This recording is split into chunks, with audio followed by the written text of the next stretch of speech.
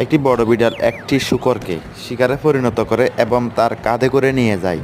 তারপরে সেই শুয়োরটিকে বেঁধে রাখে গাছের সাথে। শুয়োরটি তার বন্ধু আরেক শূকরকে কল দেয়। শূকরটি আসার পথে বিড়ালটি শূকরটিকেও শিকারে পরিণত করে নেয়। তারপরে সেই শূকরটিকেও নিয়ে যায়। তারপরে সেই শূকরটিকে বারবিকিউ করে একটা পান্ডাকে কল দেয়। পান্ডা যখন খেতে আসে তারপরে দুজন একসাথে মাস্তি করে খায়। তারপরে এখানে আলাদা আরেকটা স্টোরি যে একটি প্রবাসী বাবা কত কষ্ট করে তার সন্তানকে পড়াশোনা করার জন্য মানুষ করার জন্য কত পরিশ্রম করে, সেই গল্পটি আপনারা এখানে বাস্তবে দেখুন।